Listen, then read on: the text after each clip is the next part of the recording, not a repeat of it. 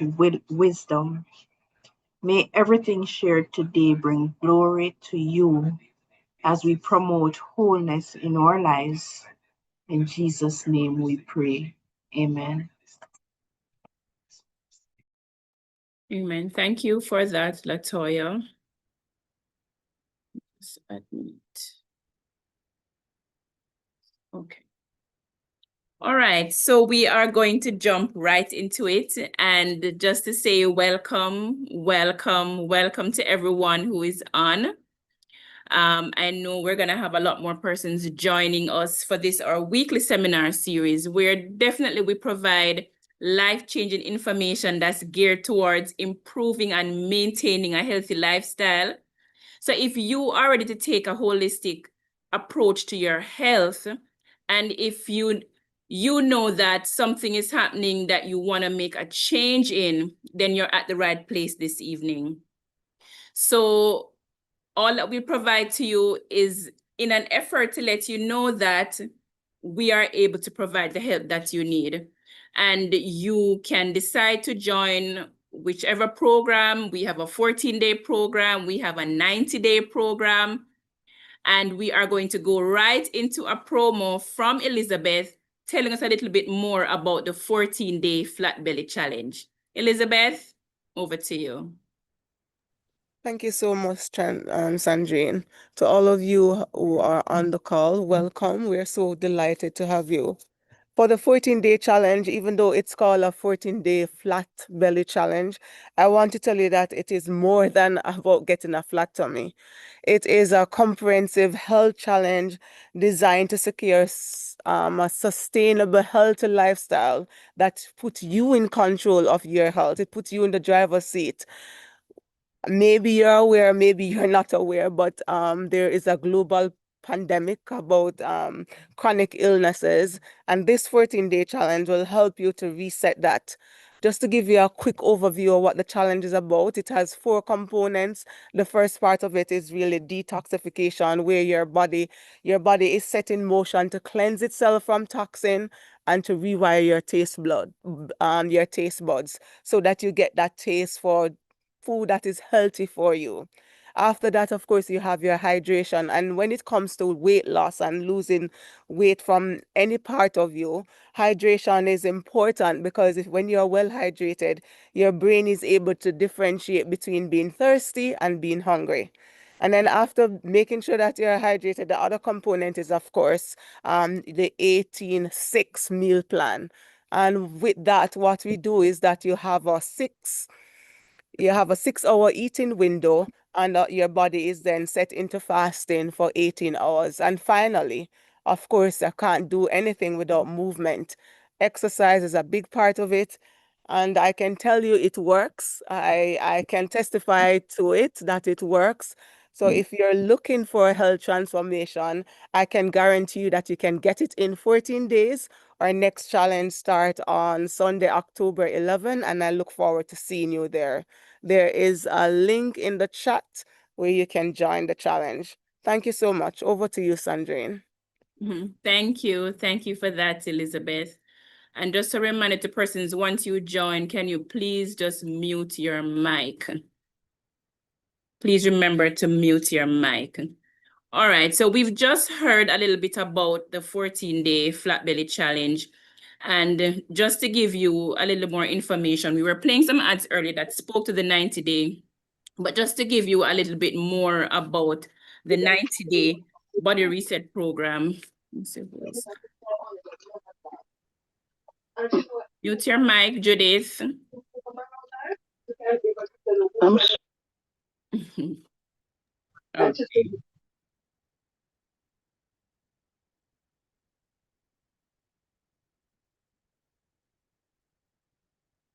All right, so a little bit about the 90-day body reset. So the 90-day has 3 phases. The first phase looks at cleansing. That's where we talk about detox. Then the second phase looks at restoring balance. And then the third phase looks at rebuilding.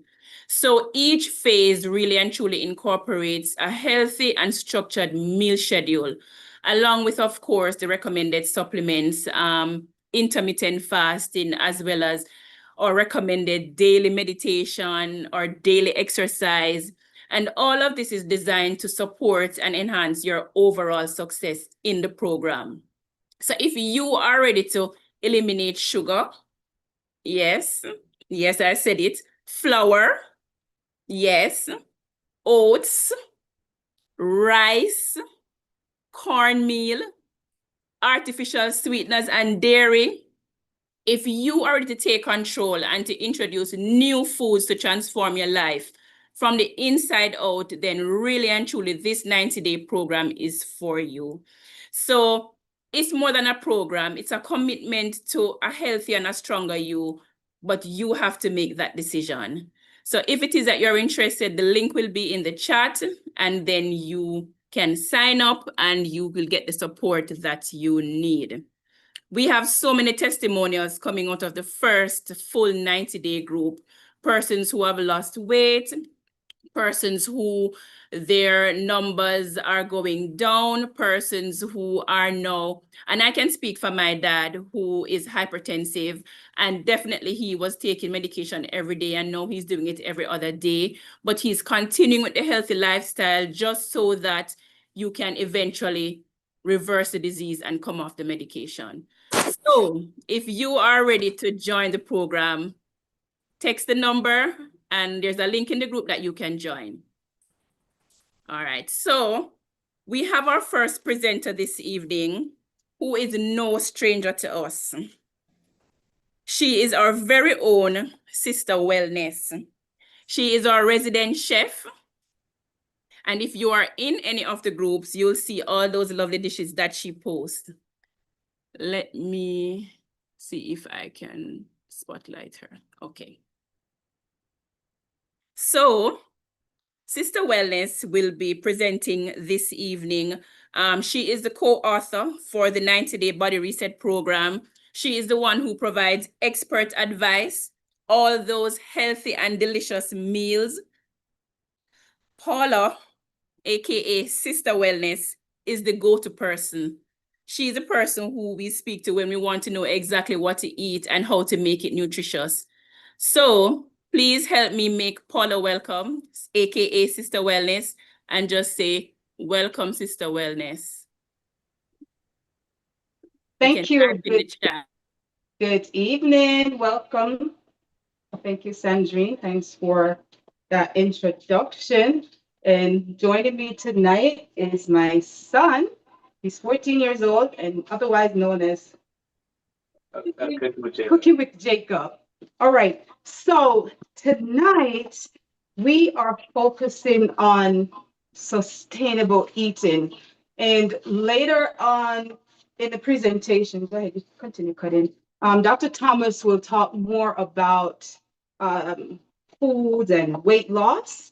But what I want to start with tonight is that I want you to learn how to make substitutions for the foods that you're going to eat. I'm sure you've heard Sandrine talked about, on this challenge is no rice, no flour, no oats, all that stuff. And I'm sure the question is, well, what are we going to eat? And that's what I'm going to demonstrate tonight. So we're going to start out with foods that are available. So what's in season now? Think about where you live. What's in season? Is it avocado? Is it breadfruit? What's in season? And so you're going to eat those items that are in season. Also, individuals might ask if I can no longer, if I'm making my soup and I'm not using the chicken noodle that's filled with MSG and all kinds of other stuff. If you look at it, sometimes it even has flour in it. What can I use? And so the recommendation is to have a variety of spices, such as cumin. There's ground cumin, you have turmeric, cayenne pepper, paprika. And so what's going to happen as you get more into the challenge, you'll see that you'll stop using a lot of the items that you've used in the past, and then you're going to start to stock your pantry with ingredients, or I should say spices, that when you look at the ingredients, sometimes it's only that one ingredient. And that's something that we want to strive for. And you will use those to season your foods. In making soup, you'll start with the base. And so you'll saute your onions, your garlic, and then you'll put your spices in before you add your pumpkins and your selected vegetables. And then you'll discover how nicely it tastes without using the chicken noodle that we grew up using. Another thing too, we want to be sure that we have the oils, and Dr. Thomas, he's spoken about this several times about the oils that we should be using. One is the olive oil. Want to make sure we have that extra virgin olive oil. He also talked about us using coconut oil or ghee. Ghee is clarified butter. And with the coconut oil, there is this one is called coconut manna. So this one is a this coconut puree. And for those individuals who might not have nut butter to put in their smoothie, this is something that you could put in a smoothie. And here's another coconut oil, and this one has a buttery flavor. And so in place of using butter, you can use this coconut oil. It has a very, very similar taste to butter, same with ghee. So those are some of the things that you would need to have in your pantry. And if you haven't seen the reason why we stopped using a lot of the other nut oils, I suggest that you go and listen to some of Dr. Thomas's videos for those reasons. Now, in terms of your pantry, and some folks might say, well, it's expensive to eat this way. How can I stop eating my other food items and eat this and still be able to afford food? Now, start shopping in your refrigerator. Start shopping in your pantry before you go shopping. The same thing applies to your clothes closet. Oftentimes, and you guys can let me know in the chat, oftentimes we have an event to attend and we're out purchasing new clothing, new shoes.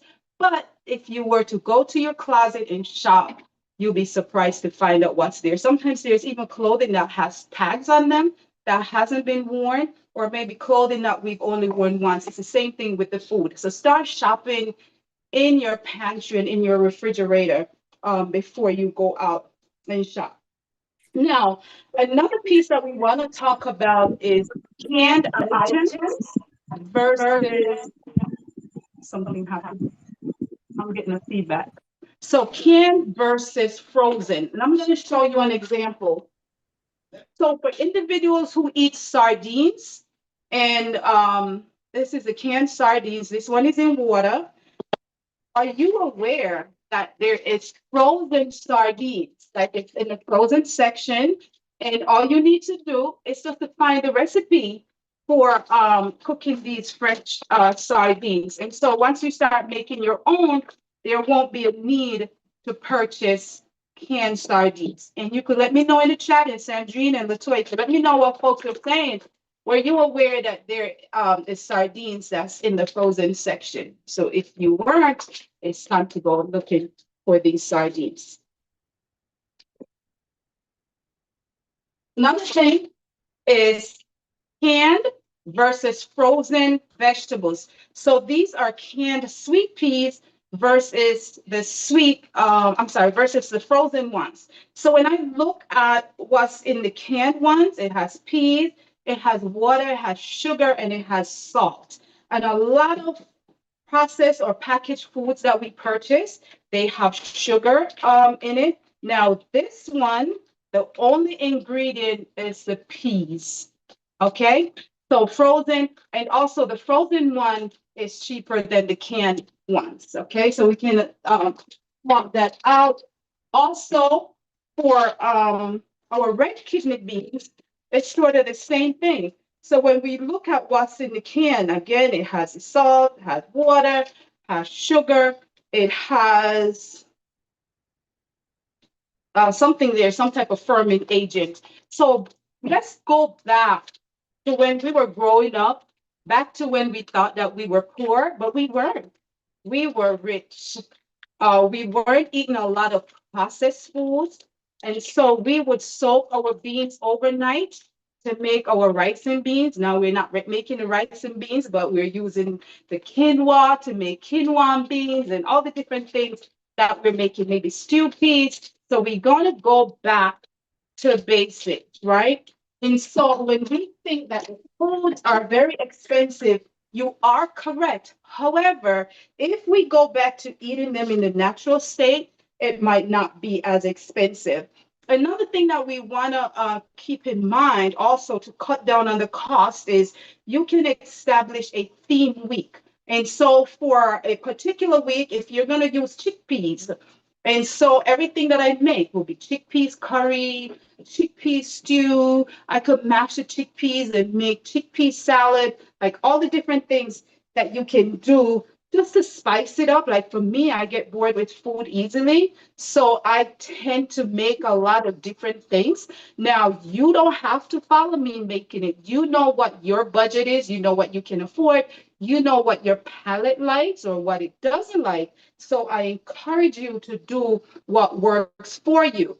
Also, if you're watching, sometimes we might see a cooking channel or a cooking video, and like, I can't do that. I'm not using rice. What is it that I swap it out for? So we have like a tricolor quinoa that we could use instead of rice, or there is the pasta.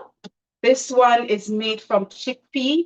And what I do when I purchase like packaged food stuff, I look at the ingredients and I prefer to purchase like one or two ingredients. So in this one, it only has organic chickpea flour. There's nothing else in it. So again, if you do that, and for those individuals who are missing eating pasta, there are different options out there. Also, they have gluten-free, but a lot of times the gluten-free options, they have rice, okay? And we're not going to use the rice. So just look based on the guidelines that we have listed in our challenge. So what I'm going to share with you, another thing I want to talk about is teas. Folks are stopping at Dunkin' Donuts or Starbucks to purchase a cup of tea. Oftentimes it's running us like $3, $3.50 per day, when we can use ginger, we can use mint. It's so many things that we don't even have to purchase tea bags. If you choose to, you can, but there are cost-effective ways of making teas, okay? Now, what I encourage folks to do, I guess, is to invest in appliances, maybe get a good juicer, a blender, a freezer, right? Because you might start freezing your foods. So you freeze if it's avocado or pear season, you have a lot, or ripe bananas, ripe plantains, start freezing. You could put them in smaller bags so when it's time to use, you don't have to defrost an entire bag of food. So those are some of the things that you can do. Again, we want to be sure that, it's what we're doing is a cost-effective way to add nutritious items to our diet, not feel overwhelmed by it, not feel stressed. Some folks can do batch cooking. So you make a big container of soup, you can freeze it, you can put it in the refrigerator and have it multiple days. Now, tonight, I want to share with you another way. We're going to talk about food preservation. The last session that we had, I showed you guys how to make kimchi, how to make kimchi, which is a fermented food. So practice, or just, figure out how to ferment your foods, how to preserve your tomatoes. Like we have tomatoes from the garden. And so if we have an overabundance, how can you preserve them? You can make your own sauce. You can season it, cook it up. You could put it in the freezer, put it in the refrigerator to be used at a later time. Another thing that I want to introduce you to, and Doc will talk more about this, is sprouts, sprouted beans. And so sprouted beans are very nutritious. You can sprout seeds or beans. If you go onto YouTube or TikTok or wherever, it's out there. There's so many videos demonstrating how to start your sprouts. So this sprout that I have, it has alfalfa, it has sunflower seeds, it has beets, green lentils and red lentils, and green peas.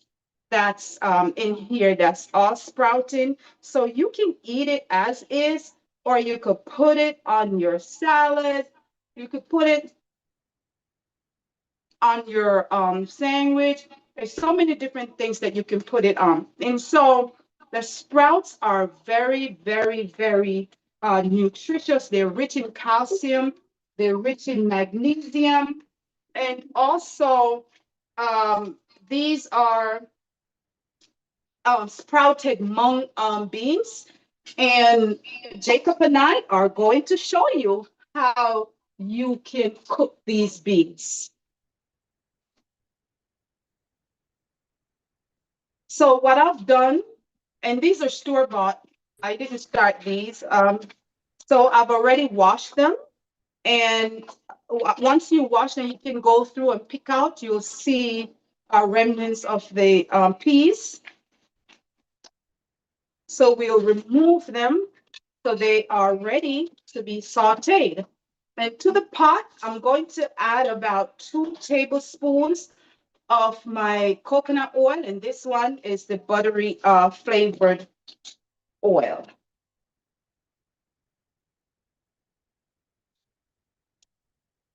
All right, Jacob, so tell us your ingredients, what you have ready.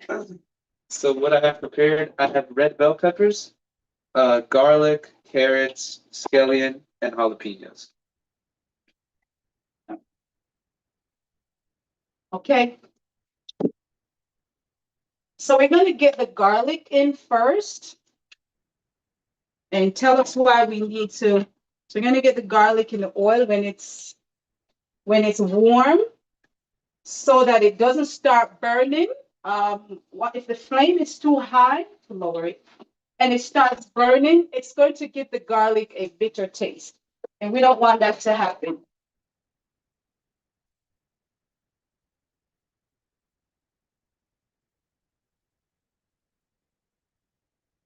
Okay, so for the sake of time, we're just gonna start adding the other ingredients. You're gonna come in with the red bell peppers, pepper slices. So those were julienne sliced. Go ahead. The scallion or green onions, and increase the flame. That's 1 carrot, and the jalapeno pepper. I'm gonna bring it over so I can show them. So this is what it looks like. I can see it. Mhm. Okay.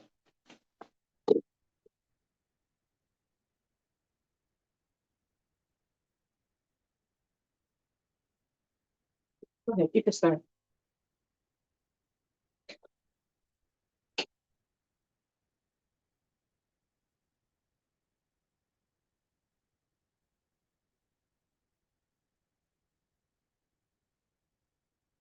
And once that's ready, I'm going to add the sprouted beans, just set to the side.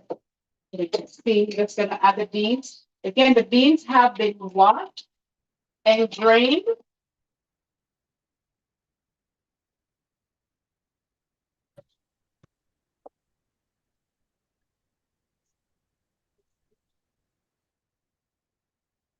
So this is very simple to prepare, and you can have it with your favorite protein. So for those non-meat eaters, they can add fried tofu to that, or if you're a meat eater, you can add your favorite meat. So while Jacob is sauteing the vegetables, I'm gonna make the sauce. Now, this ingredient calls for soy sauce, but I'm not gonna use any. I'm gonna, however, use 2 tablespoons of sesame oil, half of a teaspoon of pink Himalayan salt, and it's a quarter teaspoon of black pepper. And again, season to taste.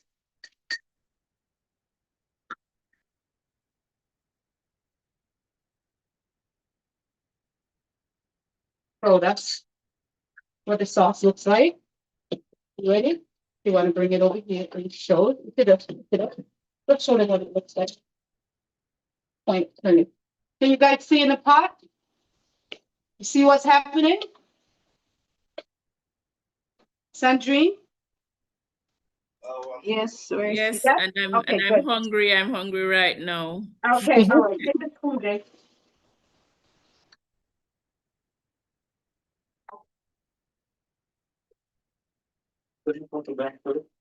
Yes. No, no sugar. All right, so Jacob is saying, doesn't it call for sugar? And I told him yes. But with this recipe, we're not going to add any sugar. Are you ready? All right. Gotta step away. Okay, Jacob has to step away. He'll be right back. To higher heights. Oh God, that's what you And did. I'm My going God. to. Can you help me? Start from the for the community, Jesus. And you just lift her up. So Okay. All right. So if you guys want to take a picture, see how pretty it looks. And it's very Jacob is back. Very easy to prepare.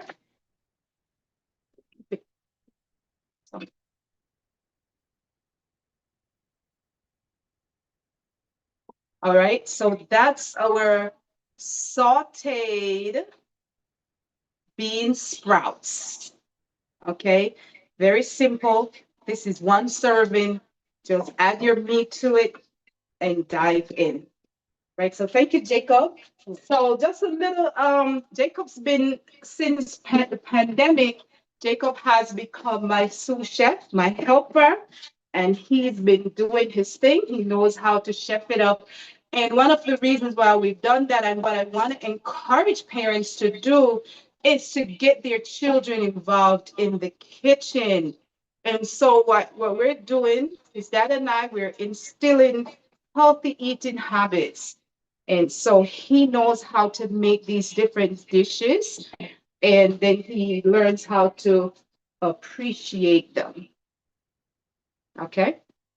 So Doc again will talk more about sprouts, and I would love for you guys to start making your own sprouts. You could so many different ways to do it and to add lots of minerals and vitamins into your diet. Okay, so one last piece that we have, I'm going to ask Sandrine to share the screen. And what I want to do is to harvest from your garden. If you are not, if you are not yet planting stuff at home, I encourage you to do that. You could even start a community garden with those folks on your street. Start planting as a community, or you can. We can't hear it, Sandrine. You can plant, say if you're planting tomatoes at home, someone is planting peppers and whatever, and as a community use here. what are you doing? One time.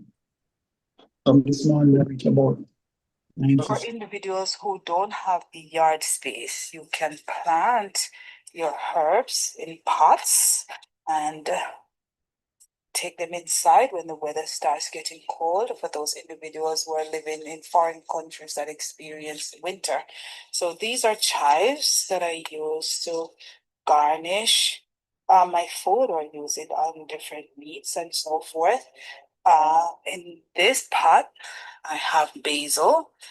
You see that they're drying up. And then what I do with the flowers, I infuse them. Sometimes I put it in my oil or I might put it in vinegar and get basil infused oil, basil infused vinegar.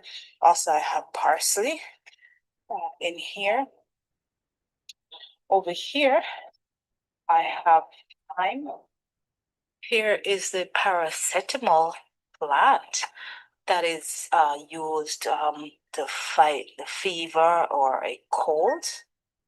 Here I have my aloe vera plant that I'm going to put in a pot so that it can spend the winter inside, and then next spring I'll bring it back outside.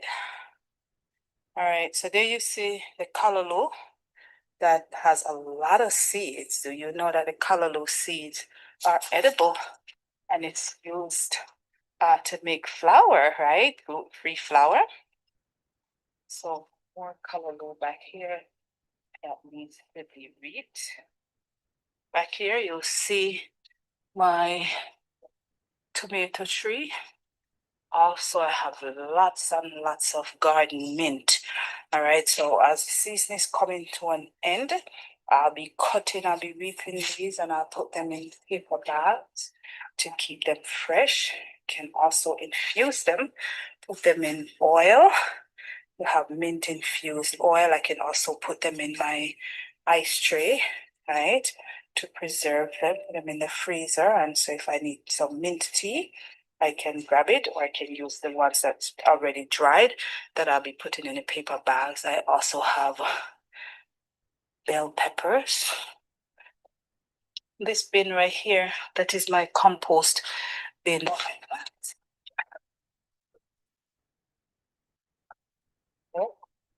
That's it. Compost bin. I put tea bags in there, as well as eggshells and just my scrappings and stuff. That is used as a mulch to mulch my garden. In addition to the mint, there's lemon balm, make tea, right? So here is my oregano. It's oregano and tarragon. Tell me about your garden. What's in the garden? Okay, and what did you plant this year? We planted tomatoes. Okay. Rosemary. Mm-hmm. Skeleton. Scallion, all right. And what do you use the rosemary to do? To make some fish. You can put it on your fish. Okay, good. And what do you use the scallion to do? Turn around this way. What do you use the scallion to do? You use it to make salad. Okay. And how about your tomatoes? What have you made with them? Made up with salad. Okay.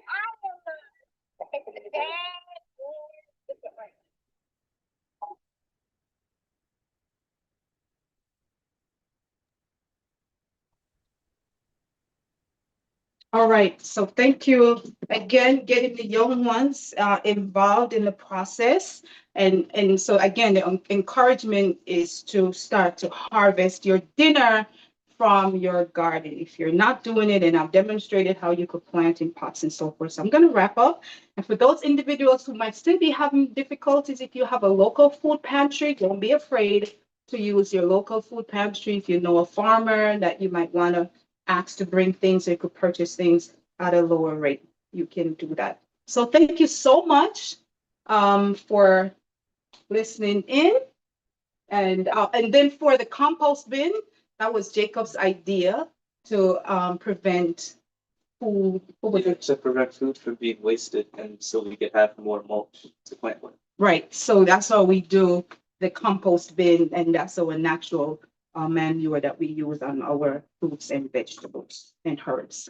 Thank you. Over to you, Sandrine. Thanks. Okay, thank you so much, Sister Wellness, and thank you, Jacob.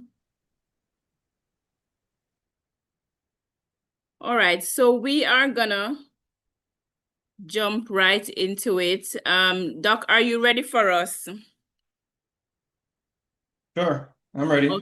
Okay, all right then. So, of course, we have our resident author, our head cook and bottle washer, who is everything to us, our coach, our doctor, our health specialist, our herbalist, or functional medicine specialist. No stranger to us tonight, Dr. Orlando Thomas, and he needs no introduction. So we can just welcome him in the chat as he goes into the future of food and weight loss.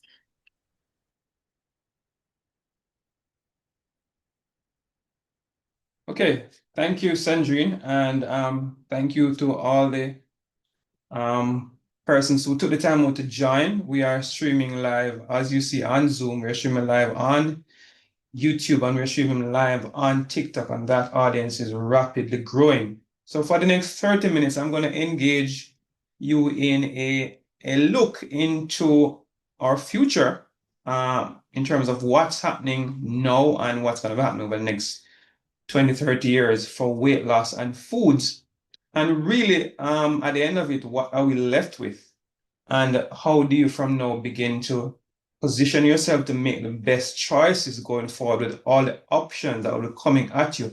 And options are coming hard and fast, especially for those who are in Europe and who are in North America who are joining us. I know the options are right before you and they seem quite tantalizing and sometimes very healthy. So I'm going to help you to navigate the offerings for food and weight loss specifically. And at the end, I'll bring it all together. So over the past few years, and especially in 2025, we've seen the rise of a whole host of what we call sustainable and tech-driven foods that are no longer harvested from animals and plants, but are made in a lab. And we are seeing customers looking at these options and asking questions. You know, this looks good. How does it taste? Is it really healthy? Does it give me the nutrients that I need? And as I see these questions being asked, I'm getting the impression that people like you are getting more educated and more aware about what they put into their bodies, and they're asking questions. People are reading labels. People are demanding that what they put into their bodies are actually wholesome. And again, we're seeing where in the past animals were not regarded as significant in how they were treated. And now we're seeing movements that demand that, if you're going to kill an animal, it be killed a certain way. If you're going to, harvest food, it be harvested a certain way that's not damaging the environment. And so people are now interested in all aspects of food production and the technology behind it. We have seen over the last maybe 30 years the rise of genetically modified foods called GMO, genetically modified organisms. And there have been a whole host of discussion around these foods. There's somewhere on the side that says these foods are a scientific breakthrough and they're going to change human life forever in a positive way. And there are those of us who says, hold on, these are unnatural foods that were never part of the human intake over the thousands of years that we've been here, and to suddenly introduce them with what you're putting in them may pose some risk. And so, there has been a controversy over the years that, companies that make GMO foods should label them so people know exactly what they're getting and not be, in the dark. And many countries have put together GMO food policies to dictate how foods are labeled, how they're sold. In Jamaica, we don't have a GMO food policy, and that might need to come into force soon because GMO foods have a reputation for being probably very unsafe, and logically, I would say they're definitely unsafe. They have some positives, however, because GMO offer plants the ability to resist pests that would otherwise wipe them out, and in so doing, wipe out the farmers. The GMO also offers farmers the ability to produce plants that yield more. So you may get bigger tomatoes, bigger apples that have, more nutrients, colors may be brighter. So there are some positives for GMO, but in producing GMO foods, we have seen where you introduce into the food DNA fragments from viruses and bacteria to give particular characteristics to these foods. And when humans consume them, there are going to be definite problems. So one, certainly with the added DNA to these plants and the new proteins they're produced, we're seeing the possibility and the existence of lots of allergies and food sensitivities. We're seeing where foods which are built, for example, like Bt toxin corn, to be able to kill pests because it produces its own pesticide in the plant, has downstream effects on humans because you're consuming a food that has a pesticide in it. And we're seeing where foods that are made Roundup ready to be able to resist the effect of the pesticide, the herbicide Roundup, it incorporates Roundup into the plants. And so you're going to be taking in a herbicide which has many negative consequences for your health. There are some popular crops which are GMO, and I'm going to just list them here for those who are on TikTok who can't see the slides. So many foods have been subjected to GMO, 33 varieties of corn, 16 different types of cotton, squash, alfalfa, papayas, apples, canola, which makes canola oil, soybeans, which make all of your soy milk and veggie meat, and of course, Irish potatoes. Many varieties are GMO. And these are just some of the many crops. In the stores, when you buy them, there is a way to be able to tell, and you could actually take a screenshot of the page here. Foods that are grown conventionally tend to have a 4-digit code which starts with a 3 or 4. So you may not see it labeled, but internationally, this is a standard that's being rolled out. Foods that are organic means they are grown without fertilizers or without chemicals. They usually bear a 5-digit code which starts with a 9. And genetically modified foods tend to have a 5-digit code too that start with an 8. So a 5-digit code start with 8, that tends to be a GMO food. So without even seeing GMO label, we have now been able to secure some semblance of labeling to warn people that they're eating something that's GMO. And then you, individual, would have to make that choice whether they want to eat it or not. We have seen the advent of lab-grown meats where meat is no longer coming from farms where animals eat grass and eat feed and drink water. They are made in a lab from cells. So you take a cell from a cow and you can grow in a lab a whole steak. So there's no slaughter involved. There's no inhumane treatment involved. There's no GMO feed involved. So this is thought to be a more, better way to prepare meat.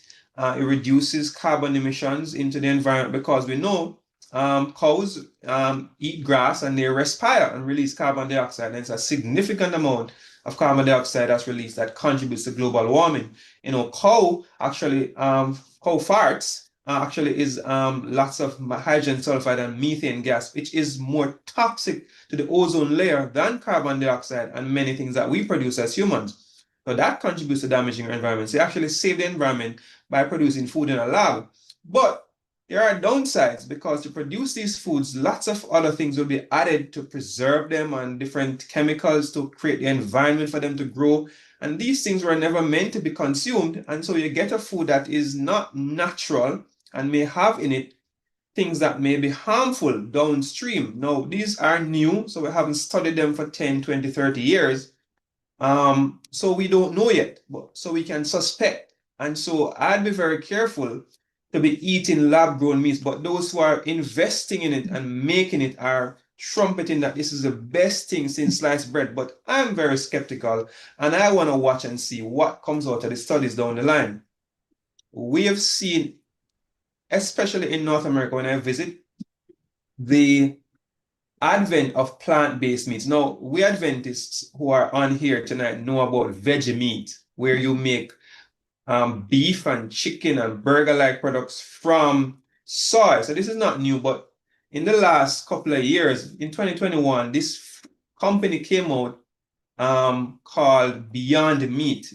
This particular brand went from unknown to being worth billions of dollars in almost 2 years on the premise that they produce foods that were identical in texture, in taste to meat, but were made from plant-based products. And so they ballooned in popularity.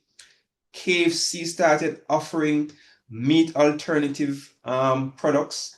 McDonald's started offering the meatless Mac burger. And their popularity increased. But after a couple of years, nutritionists started to say, hold on, these foods to make them look and taste like how they do would have meant that they would have added lots of chemicals and highly advanced processing techniques to get plants to look and taste like meat. And so, the warning was sounded long and hard that these foods were not healthy. And the people who were buying them were not really the hard and fast vegans or people who really wanted to be healthy. Just people wanted to try it out. So after trying it once, you don't want to eat it again because it didn't give it the same feel as meat. And so this company in particular, Beyond Meat, went from a share price of $300 to a share price of $8 in a matter of a couple of years. And they have had now to rebrand their company to call it Beyond. And they have scaled back significantly as the popularity of these foods have waned. So the promise of being plant-based yet eating meat did not live up to the promise. And people have found out that these foods offer the taste and look, but the nutritional gaps are there because they do not contain all the nutrients that meat contain, and they are not whole foods, they are processed. And so they will affect your gut health and affect your immune system. We have gone past those and we are in the era now of 3D printed foods.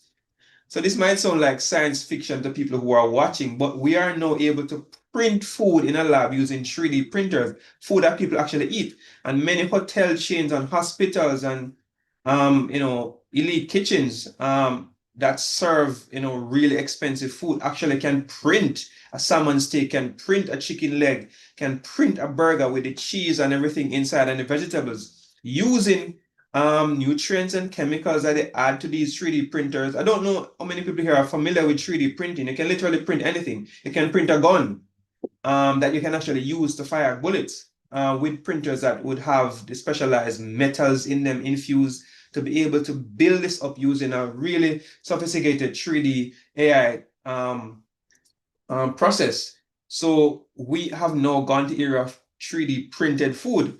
Now, while this offers again some benefits of being able to produce food fast without environmental damage, the same problems will occur. You will have to use lots of chemicals to make the food how it is. So it becomes like highly processed foods. There are going to be gaps in nutrition. There are things in the animals and plants that we don't even know yet what they are and how to make them. So we're going to make a food that are going to not include all these necessary nutrients that our body needs. The good side is that you can regulate how much vitamins and minerals and proteins and so on are in these foods. So there are upsides, but 3D printed food is something that maybe I would try, but I would never make it the center of my eating plan.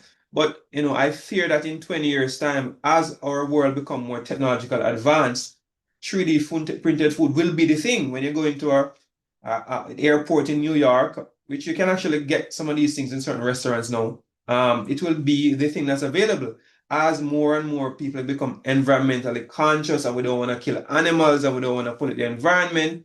3D printed food may be a big part of our future. Robotics created tractors equipped with 30 precision lasers that destroy 5,000 weeds. This robot does the work of 75 human workers with 99% accuracy. The AI identifies each weed using 42 cameras and strikes with sub-millimeter precision. Over 100 farms across North America already use these lasers. No chemicals, no soil damage, just pure laser destruction. Which job do you think robots will laser next? All right, so this short video I just showed is showing some of the latest advancement in farming. And so we know that to control weeds, we used to spray crops. Before we started spraying, we used to have people manually go through and pick out weeds.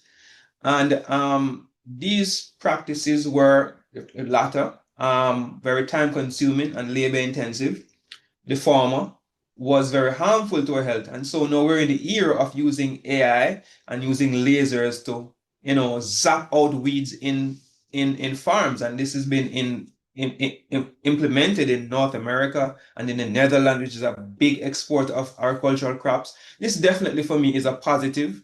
There are very many benefits and less risks. So there is an era of us getting more organically grown food easier without pesticide, and that's really exciting for us to look forward to.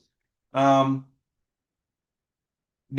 even crops now being harvested by machines to replace workers, and that's a concern as we go into an AI-driven world where people are going to be losing essential jobs. Now, organic food is what most of us strive to eat. And as the technology becomes available, more and more people will demand and have access to organic food. So right here is where I want to say to everybody, what you see Paula demonstrated, her own backyard garden is going to be in the future one of the main ways that people will have to get their organic food that they grow themselves, because the technology will be so advanced that you can now prepare your organic foods at home in very small spaces. So beginning from now, we should practice a little bit of backyard gardening, farming in pots and so on, because there's no better way to ensure your food quality than to do it yourself. And I'm really excited about that's coming. Now, let's jump over to weight loss. And I'm going to tie the two at the end. Weight loss in 2025 is now a $300 billion industry. A couple of years ago, it was half of that. And we predicted by 2030, it would reach 300 billion. But it has skyrocketed, double in size in the last 2 years because of a couple of things. We have now shifted from, willpower, people exercising and eating right, to using drugs for weight loss. And it has been a big, big rise. Digital coaching, people being online and coaching people, and wearables, watches and different bands to help with fitness are ballooning out of control. To know, maybe 20% of my patients in Jamaica have wearables. In the US, maybe 50% of persons have wearables that are controlling. Over the past few years, there are a couple of things in terms of drugs to boost weight loss that I've come across, and this is one of them, HCG. And if you can look carefully, you see HCG Ultimate Weight Loss Program, and the author for this program is yours truly. So I, in fact, have been using HCG in many patients for the past 8 years, and I've authored a booklet for this program that's more compatible with my Jamaican patients' food that are available. Now, what's HCG? HCG stands for human chorionic gonadotropin. It is a hormone your body produces naturally, but the benefits exploited for weight loss are significant. To date, it's the most rapid weight loss program I've come across. I've had persons lose 34 pounds in 1 month with HCG. Rapid weight loss. The most abundant amount of weight I've seen a person was a gentleman I had. He weighed 350 pounds and he lost 80 pounds. 80 pounds in about 50 days on HCG. Rapid weight loss. But there's a problem. The diet for HCG is pretty drastic, and so it's not sustainable. And so persons who do HCG have to use this as a short-term trigger for weight loss, and then now transition to a longer-term maintenance plan. To just go on a weight loss program and come off and go back to your old ways is gonna always lead to failure. So the person I had who had lost 34 pounds in 30 days, one of my first patients 7 years ago, she's kept off most of it. She's gained back maybe 7 pounds in the last 4, 5, 6 years. The person who lost 80 pounds, he got back 70 pounds on, because he was just loving his food too much and he went back. So these programs, you have to understand that if you do them, it's gonna be in preparation for your wedding, your graduation. In fact, somebody just texted me 2 minutes before this program, said, "Doc, I have a graduation in a month time. I want to go on HCG to lose 20 pounds in a month." Easy. So that's something that's available, but it cannot be your long-term weight loss strategy. It has to be a short-term, but it's pretty safe. Now we have a couple of other offerings which has led to the skyrocketing of the weight loss industry in terms of money spent.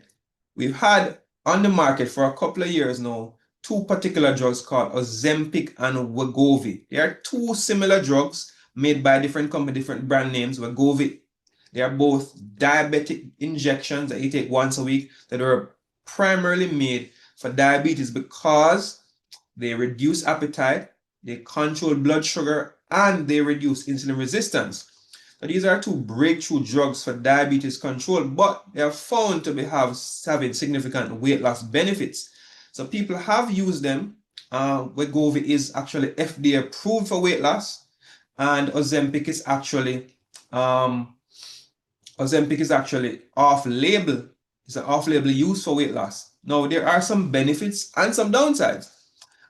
They are generally safe. They reduce appetite and slow emptying of your stomach, so you have the feeling of fullness after you eat for longer. So you're less likely to eat. You can survive on 1 or 2 meals a day easily. And they mimic your satiety hormones, so you really feel full all day when you're taking these drugs. They may cause some nausea and occasional stomach upset, but one of the downsides is that when you use them, you're going to lose not just fat, but muscle. And that's not great if you're trying to lose weight. You want to lose fat and preserve your muscle. And so if you're going to be using Ozempic and Wegovy, definitely want to be combining them with exercise, resistance training, maybe during or definitely right after to maintain muscle mass. Otherwise, you will put the weight back on very quickly. So again, these are not sustainable long-term methods. They are short-term methods of losing weight, but they have become very, very popular. The latest one on the market is Mounjaro. It comes with the benefits of Wegovy and Ozempic in that it helps to control blood sugar and so helps with diabetes, but the weight loss from Mounjaro is far more significant in persons highlighting they've lost even up to 20% of their body weight in a few months. So you could literally go from 200 pounds to 200 pounds to 180 in maybe 3 or 4 months taking Mounjaro. 20-pound weight loss is really a breeze. The others are a little bit slower. And again, these may cause some muscle loss. So using them has to be understood to be a short-term measure, and you have to combine them with proper eating and exercise for a long-term sustainable weight loss. The price for these are really high, so the average Jamaican is going to spend maybe 60, 70, 80,000 a month for Mounjaro or Wegovy or Ozempic. So it's not for the average handicap man on the street, let's say. Now, there have been a lot of diets over the years that have been promoted for weight loss. And let me get this out straight. All of them do work. All of these diets that suggest that you can use them for weight loss, they absolutely work. But you have to understand that generally what people do is go on a diet and come off because they are not ways that you want to eat permanently. The keto diet is a very popular one that has been really topical for the last 20 years or so. It's a high-fat, low-carb diet that emphasizes lots of meat and plant-based fats like avocados and nuts and eggs and cheese. And it really eliminates fruits and staples like grains and starches. All of those are eliminated. There are some risks with doing this diet. You may have deficiency in certain nutrients, or you may have increased risk of gallstones in some instances. But generally, people have used keto diet to great effect. I've seen many persons go on keto and lost 60, 70 pounds and have kept it off, controlled their blood sugar, even reverse their blood sugar. Keto diet is also used to cure certain types of seizures. Keto diet is used to reverse high cholesterol and reverse hypertension. There are lots of benefits to doing a keto diet, but it has to be done with the supervision of a doctor who monitors your ketone levels and your blood chemistry, because you can have significant shifts in blood chemistry. So there are downsides where that is concerned, but a keto diet is an option. And I've had persons, I've met persons who have been keto maybe for 2, 3, 4 years and have sustained it. It's not easy, but it is possible if you're really dedicated. Another popular term you hear about is the paleo diet. A paleo diet tries to mimic what we think our ancestors ate in the Paleolithic period of our human civilization. And so it emphasizes lots of meat because they were hunter-gatherers, fruits and vegetables, things that you can actually get from nature. And it excludes foods that you actually get from a commercial farm because there were no farms back then, so you couldn't get any rice and flour and cornmeal and oats and all of these things. They exclude dairy products and legumes and so on. And this paleo eating is more sustainable than keto. It has a wider variety of foods that are allowed. And there have been persons who have gone paleo and have had health improvements significantly realized because what they were on before were high sugar, high carb diets, which is probably the worst diet for you. Let me go to the next slide. Carnivore diet is kind of an extreme version of keto where you have only animal products, only meat. So carnivores are like lions and bears, and they eat only the flesh of other animals. And so a carnivore diet is an all animal product diet with zero carbohydrates. And surprise, surprise, people have been doing it. I even have patients who have been carnivores. I had a gentleman the other day who has been on carnivore diet for the last 6 years. He said, Doc, when I started, I was 80 pounds heavier. He's now slim and trim. He's like 6'3", weighing like 190 pounds, right? Nice, slim and trim. His blood pressure was high, it went away. His blood sugar was high, he was diabetic. He no longer has diabetes. He basically came to me for some erectile dysfunction issues. But otherwise, his blood chemistry was good. He said that one time his cholesterol went up and it went back down very quickly. What he eats beef and mutton and pork and chicken and fish and sausages, nothing else. No flour, no rice, no cornmeal, no fruits, no vegetables, nothing at all. That's all he's been eating. And he says he feels great. And what we found in research is that this diet is great for gut reset. So if you have gut issues, gas and bloating, constipation, diarrhea, if you have IBS, if you have IBD, if you have Crohn's, ulcerative colitis, this serves as a significant elimination of grains and vegetable products that might be damaging to your gut in that process of inflammation. And so it provides a gut reset. And so we're going to be starting with this for a few patients who have these gut issues to reset their gut. And then once you've done that, refuel them with some probiotics and then get them back on a normal diet. Because this diet for me, while it may have some benefits in the short term, I don't think that's how we're made to eat. We're not carnivores. And we're not made to just eat carnivore diet alone. There are significant benefits to eating vegetables and fruits and nuts and seeds, and there are nutrients that we get from them. But I'll hasten to say that people who are on a carnivore diet will tell you that, listen, the animals eat all these foods and they have all the nutrients in them. So meat will contain every single nutrient you need, except, of course, fiber. So when you go on this diet, your gut bacteria is shot, both good and bad, go down to very minimal levels. So, it's going to affect you in some significant way going forward. But we're still studying that. Now, fasting is another big trend, and we have been seeing lots of persons eat whatever they want, but they eat at particular times. So when you eat seems to be a significant, important predictor of whether or not you lose weight. And going on intermittent fasting by eating 8 hours or 6 hours for the day and then fasting for 16 to 18 hours, as Tamara said at the start, seems to be a great, well-researched way to lose weight. So if you're even eating burgers and fries and drinking juice, if you eat them in a small window, you are going to do better than the person who eats 3 meals a day. But that's not how you should eat. Intermittent fasting is a significant tool that you can use to improve insulin sensitivity, reduce your blood sugar, reverse diabetes, reverse your high cholesterol, get your blood pressure down, and not to mention getting your tummy down. So we have exploited this a whole lot in our challenges I'm going to talk about in a second. In the Caribbean, we eat on the clock. We know that we must eat 3 square meals a day and not do anything like fast. But we now know by researching that this is really how we should be eating.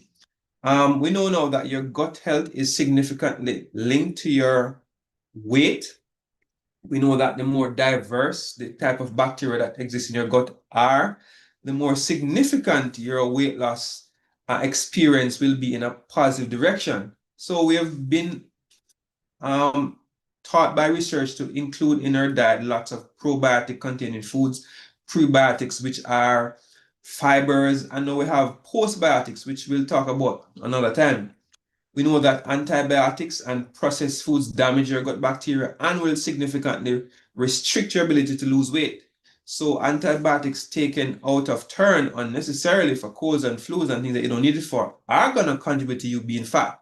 You may not see, but we see this even more so in our kids, where a significant proportion of our pediatric population now suffers from obesity and type 2 diabetes because in part your gut bacteria from antibiotics has been decimated. And the research on this is really, really strong.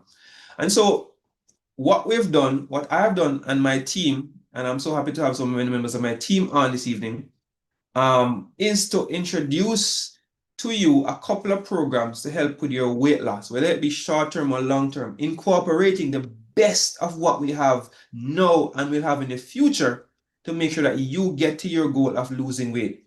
So in our 14-day flat belly challenge and in our 90-day body reset, we exploit one, eating foods that are going to be high in fat, protein, and low in carbohydrates, right? Low carbohydrates, especially grains. We do incorporate complex carbs. We do that because we want to feed your gut bacteria, we want to reduce insulin in your body, and we want to make sure that you're well nourished and satiated. So we're not trying to starve anybody to death. We do in our challenges combine different detox options because we know that one reason why you may not lose weight is because your body has many toxins in it.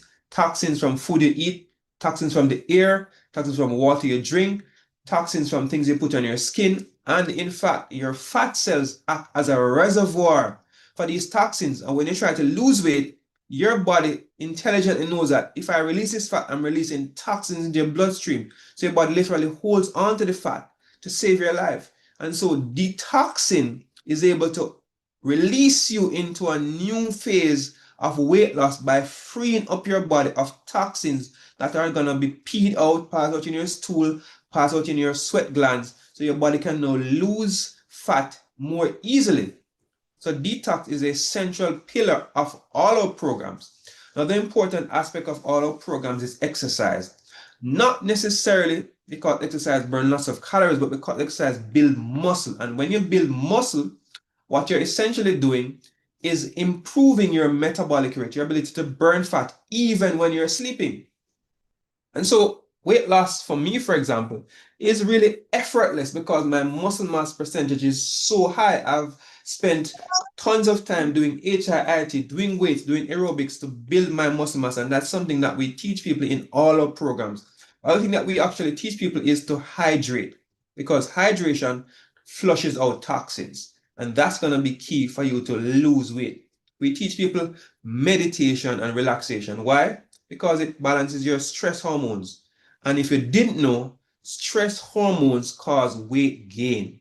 The hormones called cortisol, when it's too high, you have abdominal or centripetal obesity, being a feature of chronic stress. We know chronic stress will actually affect your ghrelin hormone levels. Many people will tell you that they are emotional eaters. When they are stressed, they eat more and eat more of the wrong things. All the women here can, confess that that's exactly what happens when your period comes around and you feel sick, feel down, you just want to eat some comfort food, all the chocolate and the ice cream, and you feel guilty and you go and eat a few good meals and then you're back in the stress mode and you eat unhealthy again, you go in a cycle. We teach you to break that cycle. And people who come on our program will tell you that, Doc, I can't eat unhealthy foods anymore. I have no desire for them. Why? Because you have detoxed your body of bad bacteria, fungus, fungi, and viruses that will cause you to have cravings and upset your emotions and change your brain chemistry. So if you want to have sustainable weight loss, you have to go back to learn to eat natural and healthy foods. The future does have in it many options, but in all the research we've done, we've found that coming back to baseline, eating healthy foods like eggs, avocado, vegetables and fruits, yes, your local staples like your breadfruit and your yams and bananas, your beans and peas like your chickpeas and broad beans, your ackee and saltfish, your callaloo, all of these things all of these different kind of staples prepared in a attractive way. There are soups and so on, your mushrooms, great foods to actually build your immune system and get your gut health. All your vegetables and your seeds and your nuts and your fruits and your nut milks. These are what you should be eating to nourish you. So whether it be 2025, 2035, or 2045, the future that we see is that your health will be dependent on you sticking to the basic foods that are healthy now. Whatever new foods that are designed or you see in the future, whatever technology comes, the basis of health is always going to be eating healthy, getting in good relaxation, exercise, sleep, drinking your water. It doesn't matter if you live here or live on Mars where Elon Musk is planning to build. It's going to be the same thing that you need to do. And if you're having challenges, join us on our journey. I have a team. I have a massive following of people who have been doing challenges with us for the past 2 years or so, yes. And we've helped literally thousands of people, heading into the almost 20,000 now, people who have done our challenges, who have got benefits of losing 10, 20, 30, 40. I think the maximum weight loss so far is probably about 75 pounds. People have kept it off because they have joined a family that is on a journey to sustain weight loss, sustain health, and basically give you the kind of motivation to stay the course. So if you have any desire to lose weight, be healthier, there is a link in my bio, my link tree. Just click on that link and it will take you to our 14-day challenge or 90-day body reset, any other challenge that we have. You want to make an appointment, just click that link in the bio and it will take you there to be able to begin today to transform your health. I am very proud to have contributed so many lives. And this evening, if you're on the live on TikTok, please follow the page so you can be notified when I go live again, which is every single week. If you're on Facebook, YouTube, please like the page and subscribe so you can be notified again. And if you're on Zoom, make sure that you join one of our groups. The link is going to be posted in the chat. It should be in the chat already, but I'll post it again. Our link tree, where you can actually, let me see if I can copy this for you. So it's linktree/Thomas Medical Center. If you're looking to join, I'm going to post it again right there. So you can click that to join any of our challenges. Now it's time for me to turn back over to my moderator and we might have some questions. So those on TikTok, please begin to post your questions in the chat. I'll be answering them in a minute, but we're going to go back to Sandrine now. Okay. Thank you so much for that, Doc. And I'm sure we have lots of questions this evening. So I'm going to hand over to Latoya and Brianna, our fitness expert, who will go ahead and take the questions. You ready, guys? I think Dr. Thomas was so clear. We are not seeing any messages or questions as yet, but if you are on and you have a question, please feel free to post it, whether on YouTube, we're monitoring YouTube, not seeing any on TikTok either. So yeah, I'm seeing questions on TikTok. Okay, you want to go ahead with those then, because I'm not seeing any on Zoom or YouTube so far. Let me go back over to TikTok. Yeah, I'm seeing a question here on TikTok that asks, I have tingling in my feet. How can I get rid of it? I'm diabetic and have ED. So this is clearly a gentleman, and he has a couple of issues here. So if you have tingling in your feet, and you are diabetic, it may be that you have what we call diabetic neuropathy, which means that you might be diabetic for many years, maybe over 10 years. Your sugar may have been up and down, and it has now caused a poor blood flow to the nerves in your feet, and the nerves have become damaged from lack of blood and oxygen. Well, Paul, this is not so easy to reverse. In fact, it may be irreversible. We find that other things may cause it, like B12 deficiency, which you may get from taking metformin for many years, and poor blood flow. So if you have these problems, then I'd say, one, do a few things to improve blood flow and improve blood sugar control. So join our challenge, just one, go to my link tree. 2, you need to go on a no grain, no sugar diet. So no flour, no sugar, no rice, no grains. You need to improve your circulation by taking in things like cayenne pepper. You may want to do the Dr. T natural painkiller, which contains cayenne. So there's a video here, my most popular video, that's on my channel. So follow the page, search on my video, Dr. T natural painkiller, and take that every single day to boost blood flow and reduce pain. You want to exercise, Paul. That's going to be very important to boost blood flow to your legs. So if you are in pain and you have poor circulation, you can only walk, then walk. If you have ED, Paul, guess what? You're in the right place. We have the treatment for that. And again, you could go to my link tree and just click the button to make an appointment and choose ED in the list of things that you have. And we'll reach out to you to tell you how we can help you with ED.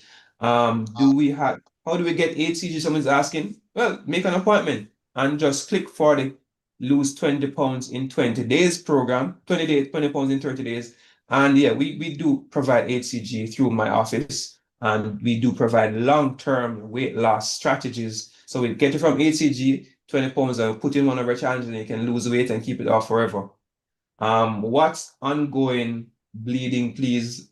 That's outside of what we're talking about this evening, but if you have ongoing bleeding, you might have fibroids, you might have PCOS, very common cause of long-term bleeding. You might have other issues like a polyp inside your womb. You might have blood clotting problems, so hormone imbalances. So that has to be checked out. If you're bleeding long-term, you need to make sure that you go to a doctor, get your blood count checked, get your blood count balanced, get the bleeding stopped, and then work to figure out what's causing it. Okay, thank you so very much, Dr. T. On Zoom, I saw someone posted, Shirley Donald. So what about those who are diabetic? Not sure. What she means? Well, if you're diabetic and you want to help your blood sugar get better controlled, and I have a gentleman who's on my program now, and he shares with me his blood sugar. He's in the last 2 weeks, he's lost 18 pounds.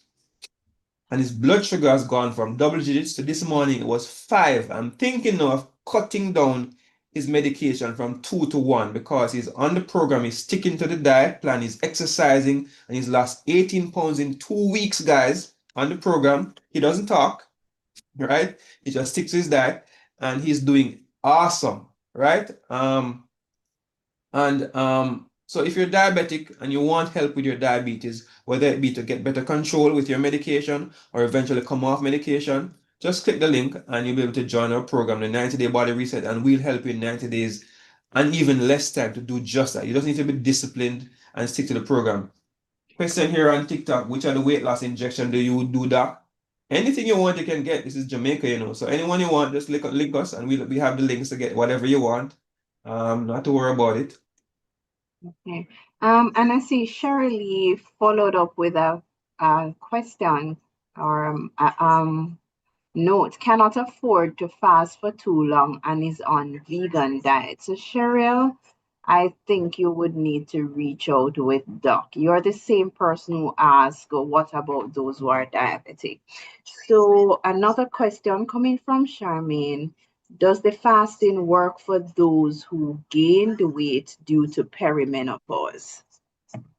Yeah, fasting is gonna be a universal weight loss strategy that literally works for everybody. Fasting cannot not work if you're doing it properly. It means that you are one, restricting calories, yes. Two, you are balancing your blood sugar and in effect your insulin, which is the main driver of weight gain. Insulin is a fat storage hormone. So by fasting, you're reducing insulin, you're reducing caloric intake. Those are the two main things why you may gain weight. Now, there are persons who have other hormone issues like low thyroid function. Yeah, and those persons may have a little more difficulty losing weight, persons who have PCOS, but fasting does help those persons too. So no matter who you are, intermittent fasting, 1 day fasting, 2 day fasting, 3 day fasting will be part of your strategy that will benefit you to lose weight, right? Okay, thank you. Is quinoa healthy? Is quinoa healthy? Quinoa is quinoa, everybody. So quinoa is a grain So it's one of those things we call a pseudo grain, which is not a true grain like rice and flour. So it's actually a grain that's high in protein and low in carbs. It has no gluten. So it's a highly recommended grain along with things like buckwheat. If you're in the northern countries, you may be seeing buckwheat on your supermarket shelf. So buckwheat is a healthy pseudo grain. And so I recommend those two highly. Somebody have a question here. I have a case of acid reflux. So how do I deal with it? That's pretty easy. All my challenges can tell you that acid reflux, intermittent fasting. So eat less, not more. It's not eating more that makes you have acid reflux. It's not eating less, it's eating too much. So eat less. Don't eat before bedtime. And drink aloe vera water first thing in the morning. That's the strategy that you need to use. And you get rid of it. Okay, someone on YouTube, can a friend of mine who lives in Philadelphia join the ACG challenge? If so, how? There's no HEG challenge, the HEG program. Philadelphia, yeah, reach out to me. We have associates, affiliates in North America. So if you're in Philly, I have patients in Cayman who do the program. So anywhere you are in the world, reach out to me and we'll find out ways of getting it to you. We are very much connected.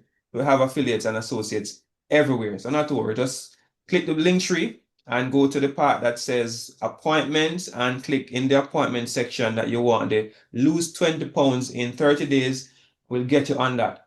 But that's for persons who just want to lose some weight quick. If you want to keep weight off, you need to be joining our 90-day body reset. That's not just weight loss, it's blood sugar reduction, blood pressure, it's hormone imbalance that are corrected, it's cancer care that's made easy, it's brain fog that's lifted, it's menopause support. So if you have multiple problems, join the 90-day body reset. That's a much more effective program for maintaining health. It's like quarter the price of HCG for triple the benefits. So I'd be doing 90 day if I were you. Yeah. Water. Do not, Oma. I do not. All right, I'm seeing a question here on TikTok. Question here says, let me see here. My mother was diagnosed for about 2 years now. How can it be reversed? Not sure. I think the person talking about diabetes, maybe. 2 years now. That's not very long. So please click the link in my bio, the link tree, and join my 90-day body reset. Fill out the form for your mommy, and we'll reach out to her to get her on the program started as early as tomorrow. People are standing by to assist you. How do I make a good full smoothie? Something you can keep you full. Come on, Travis. Follow my page now. Everybody on TikTok, follow the page, and you will see in my list of videos the perfect breakfast video. That video probably is over 6 million views. People have used this video as far as Australia, Dubai, and have sent back testimonies. You can read the comments. There are thousands of comments of people who have used the smoothie to reverse diseases that they had, just drinking that every single morning, which is why I'm feeling so great. I was telling one of my friends today, I'm feeling the best I've ever felt. I'm looking the best I've ever looked. I'm sharper than I've ever been sharp. I'm sharper than I was at my peak when I thought I was at my peak, when I was in a high school and university, because I've been eating well, and the most important thing I do every day is to drink my smoothie. That's the simplest, most effective thing you could do for yourself beginning tomorrow. Have a green smoothie every single morning. All right, Doc. So we have a question here on Zoom from Jody. She's asking, how can we use the challenge to gain a little weight? Well, the challenges are not really to gain weight. However, persons have reached out to me from we started back in May to say, boy, doc, I don't want to lose weight. And so what we've done is to add an extra meal for persons in the window. So you still maintain your 6 hour eating window, but instead of having two meals, you have a third meal, or can add a smoothie to your breakfast. So if your breakfast is fruits, for example, you have a smoothie, a 60-ounce smoothie with your breakfast. If it's a cooked meal, add a smoothie. If you're having a smoothie already, add extra things to the smoothie. So my smoothies are gonna have in some coconut oil, maybe some olive oil. I'll put in some nut butters like almond butter to give me extra 300, 400 calories per smoothie. So my smoothie is like 1,000 calories, 1,200 calories in one smoothie. That way, because I'm not trying to lose weight. My weight is perfect. In the fact, I may actually gain a couple more pounds in a couple of months. So doing that, those things to add extra calories and do resistance workout, right? The resistance workout. And that will help a lot with you actually gaining weight if you want, while getting all the benefits of the challenge. Because that's what I want. I want to maintain my weight, maybe put on a few pounds, but keep my blood pressure down, blood sugar down, my hormones very, very good. So you can do the challenge, all of those things. And if you're, into challenge and you're trying to gain weight, then you would not do the one meal a day that we suggest for persons who are trying to lose weight. So there are little tweaks that we do there to help all the persons achieve whatever weight that they want to achieve. Okay, thanks, Doc. So Lorene is asking, is Daflon healthy to take daily? Daflon is a medication for poor blood circulation. Daflon helps to prevent a progression of the disease, may help with swelling of the feet and pain and burning. We've had, maybe hundreds of thousands of patients taking Daflon every day for many years, and we haven't seen any catastrophic, events. People haven't died from taking Daflon. Personally, I don't like the idea of taking drugs every day for the rest of my life. So I'd recommend, if you have poor circulation, you get your compression stockings, you exercise, do your hills and your stairs to boost the strength of your calf muscles, to see if your doctor will take you off Daflon once the symptoms have improved. Certainly lose some weight. But I wouldn't say that Daflon is going to kill you. No, I've had patients take Daflon for 20 years and nothing bad happened to them. But I personally don't like the idea of taking drugs forever. So other ways to improve your circulation are going to be certainly better. Okay, awesome. Yolanda is asking, what is the best type of pots to use for cooking? So she's about to purchase some, so she would like to know. All right, great question, Yolanda. So she's asking about pots. What kind of pots? People, the kind of pot you cook in will decide the meal quality. It will determine whether the meal have healthy benefits or it has lots of toxins in it. The worst pots to use are, one, non-stick fry pans and pots, because you're gonna get plastics into your food, which are gonna make your body have hormone imbalances and liver issues and increased rates of cancer. That's one. Aluminum cookware. Aluminum is a heavy metal that has lots of consequences for your brain and for your nerves. You don't want to be using aluminum cookware at all, right? One in kind of the in between are things like what we call trying to remember the name of that. I couldn't get back to that one. But the best ones to use, Leander, if you're gonna buy cookware, you're gonna be either ceramic or glass or stainless steel. Those three seem to be the best. Not always the most convenient for non-stick cooking, but ceramic, glass, or stainless steel are gonna be the most healthy pots to buy. Those are kind of on the upper end of price points. So the non-stick and aluminum are the cheapest. Make the investment. You're going to be eating from this implement or this instrument every single day for years. Make the investment and buy glass, ceramic, or stainless steel. Nothing else, right? Cast iron was the one I was thinking about. Cast iron is kind of in between. It has some benefits and has some risks. So it's not the preferred one, but it's not the worst. All right. Okay, awesome, Doc. Anne Marie is asking, well, she says she was diagnosed a month ago with type 2 diabetes and placed on medication. Can this be reversed, as my doctor just told me? So reduce her carbs, and she don't know if she has to stay on the medication. All right, so diabetes reversal is possible, but it's not easy.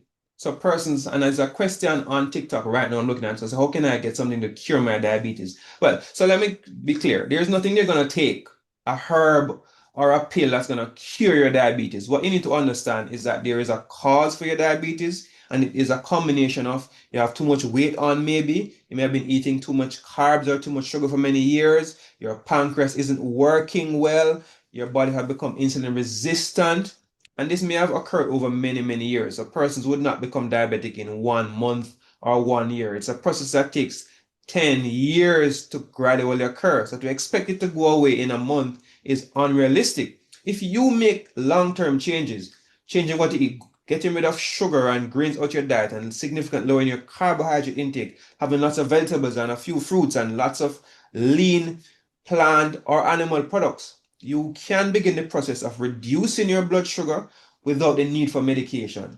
Yes, and you can maintain that long term if you find out before your pancreas is gone So if you're just diabetic for 1 or 2, your pancreas may still function if you're type 2. So you have a window of opportunity to change your diet, exercise, get your weight down, and gradually come off medication. And I've seen this over and over again, but you have to be very disciplined. But there are some persons whose pancreas is so badly gone, they have to take insulin or 3, 4 medications.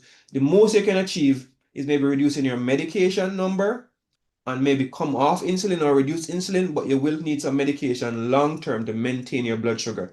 If you are bold, if you are bold and you want to go keto or paleo or carnivore diet, those are going to drop your sugar significantly. And most people will need to come off medication within days if they go a carnivore diet. That's probably like a sure way to reverse your diabetes. I mentioned the carnivore diet earlier. There are some downsides, but that's going to be a sure way for most people to reduce your blood sugar significantly come off medication. But most people aren't bold enough to just eat meat alone. It's not practical for most persons. But for those of you who are that bold, link me. I'll help you to walk your way into a carnivore diet and be able to come off your medication long term. It's pretty easy. Thank you, Doc. Jeannie's asking, how do you get rid of bloating? Bloating is from gas, and gas forms in your intestine, not when you don't eat. That's not how you get gas. You get gas when bacteria in your gut break down foods that you do eat. So gas is the byproduct of bacterial metabolism, right? So it's a combination of what we call gas forming organisms. So you have bad bacteria in your gut and you eat certain foods like legumes and dairy and certain cruciferous vegetables like cabbage. Those foods are gonna be broken down to gas very easily. So treating gas is a combination of resetting your gut bacteria, doing a detox, getting some probiotics and prebiotic foods, avoiding gas forming foods. And that's really how you get rid of gas. It's not gonna be gotten rid of by taking gas medicine and drinking ginger tea around the clock. Those give you quick relief, but those don't solve the underlying problem. Thank you, Doc. All right, so Kate, I've seen a question on TikTok here about my functional medicine visit appointment. So somebody apparently clicked Linktree and saw in the challenge that functional medicine appointment and the cost for asking what it consists of. So when you do a functional medicine visit, whether it be online or in person, what you do is fill out a questionnaire which is 18 pages long, and then we pick up every single aspect of your history, every single complaint is taken into consideration. We sit down, we go through every single complaint and we analyze them by your different systems, what's not lacking from your body. Do you have any kind of toxins? Do you have any kind of bacteria? Do you have inflammation? So we go through a comprehensive overview of your history. After having done that, identified what the different challenges are, then we could order particular tests that would be relevant to confirm what I'm thinking. At the same visit, we'll go through to correct your what we call modifiable lifestyle factors. We help you to sleep better, help you to exercise, tell you what to eat, tell you what supplements to take, tell you how to detox your body, and tell you how to live better with your husband and wife, because those things affect your overall health. There are tests that are done at the same time in the office. We do blood tests for your blood count and your blood sugar and check your urine, check it for heavy metals. We do body scans, we do ECGs, we do ultrasound, right on spot, all in one visit. So if you do that visit, if you see that and you click that, then you're getting a comprehensive workup that can be taken as little as 40 minutes, sometimes as long as an hour to go through all of that. And you leave with a comprehensive plan that can take you through as much as 3 months for what to do day to day to get back your health. So, it's worth the investment of time to actually do that comprehensive visit, but it's only limited right now registering for late November because the spaces are so full. So hurry up and click for your functional medicine visit. We're the only person available in Jamaica to do that right now, and that's me. And if you're in the US, the UK, you can get that too, but you're going to be way down the line. But it's better to wait than not get it at all. All right, go ahead. Kate is asking, what daily vitamins do you recommend for both male and female? Well, if you join the challenge, and you'll know that because we give all our challengers a comprehensive supplement list of what vitamins they should take for based on what their ages are, what their problems are, and what their diet is like. But generally, there are a couple of vitamins that I recommend that everybody should consider taking. One, absolutely, and my challenge is to repeat these, magnesium. You know I'm big on magnesium because most of you are sick with blood pressure and migraine and sleep issues and constipation and poor circulation and anxiety because you lack magnesium. Many of you have weakness and irritability and brain fog and poor immune system because you lack vitamin D3. So you have to take vitamin D3, magnesium. Vitamin D3 must go with vitamin K2, so that's a third vitamin that you take together. Now, a lot of people may have, low energy issues. Vitamin B are going to be key there. If you have low iron, of course, you take iron along with some folic acid and B12. But magnesium and vitamin D with K2 are the two key ones. Certainly, if you are trying to use your brain and get the best out of your brain, you have to consider taking omega-3 fish oil if you're not big on fish and salmon. So omega-3 fish oil is going to be key. And I'd say to everybody no, if you are active and busy, you're going to gym and exercising, right? You're going to school and you're using your brain to study and to learn. You're trying to lose weight. The number one thing that you all should be taking today, which I started taking 3 weeks ago consistently, and I was telling my friend today that, listen, I don't get tired anymore. My brain is functioning at a different level. I can go for 8, 10, 12 hours at maximum focus because I'm taking something called creatine, CREATINE. So if you want creatine, because me I take it, I'm telling you, I can testify. I was already functioning at a high level, but I am going to a different level now. Tiredness, no. Brain fog, no. Stamina, yes.